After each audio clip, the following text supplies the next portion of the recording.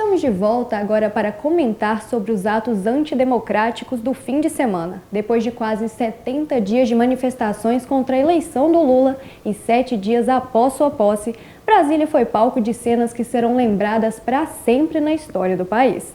Neste domingo, milhares de pessoas invadiram os prédios do Congresso Nacional, do Planalto e do STF em um ato que durou cerca de 6 horas. E para repercutir sobre o assunto, eu recebo aqui no estúdio o advogado Francisco Vilas Boas, que dentro do âmbito jurídico vai explicar quais leis foram infringidas e o resultado desse tipo de intervenção considerado um ataque à democracia. Agradeço você, Francisco, por vir até o estúdio para comentar um pouquinho, sobre essas intervenções, quais leis foram infringidas na noite de ontem. Primeiro é preciso dizer que os atos praticados no dia de ontem são exatamente o contrário daquilo que a gente espera de uma manifestação democrática. Ontem tivemos o avesso de uma manifestação democrática. Nós podemos mencionar vários artigos que foram atingidos com as manifestações de ontem.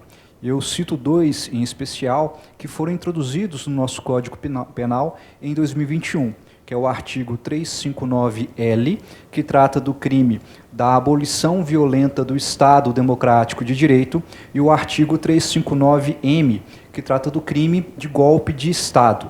Além desses 2 crimes, podemos mencionar também os crimes de dano contra o patrimônio público, o crime de furto, eventualmente associação ou organização criminosa, e também alguns outros crimes que podem estar tanto no Código Penal quanto em leis especiais. A partir dessas infrações que você mencionou, inclusive muitas pessoas foram presas em flagrante, O que acontece a partir de agora? Como que é o julgamento? Porque é muita gente envolvida, Não é tão rápido quanto esperado. O nosso Código de Processo Penal, ele prevê que todo aquele que é preso em flagrante tenha direito a uma audiência de custódia. Então, as pessoas que foram presas em flagrante no dia e na noite de ontem serão levadas ao juízo competente e nessa audiência de custódia será decidido se essas pessoas terão o direito de responder o processo em liberdade ou se ficarão presas durante o processo. E, claro, é um processo demorado, até porque são várias as pessoas envolvidas e vários os crimes também praticados.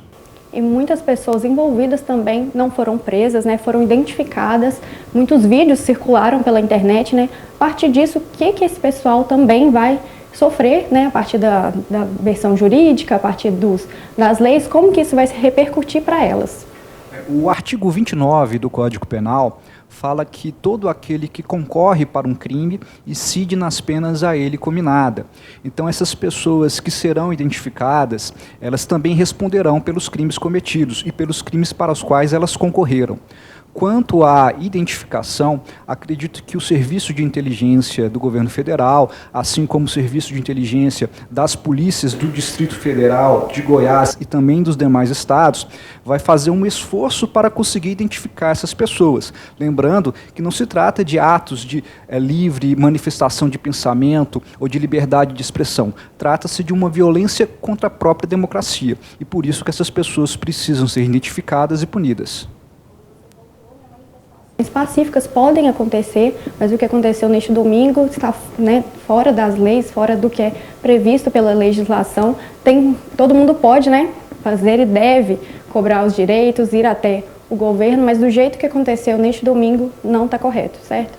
Não podemos confundir liberdade de expressão e de manifestação com violência. A liberdade de expressão ela é limitada no respeito ao direito às demais pessoas e no respeito ao direito das instituições democráticas.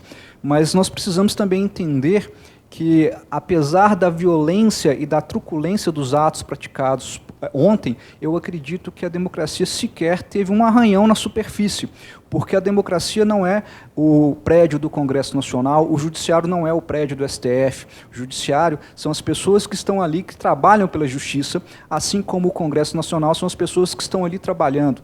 Então, apesar da truculência e da violência, a democracia ela não sofreu em momento algum tipo de risco, mas nem por isso as pessoas não devem ser punidas, e acredito eu que a punição será exemplar. E muito tem se falado, né?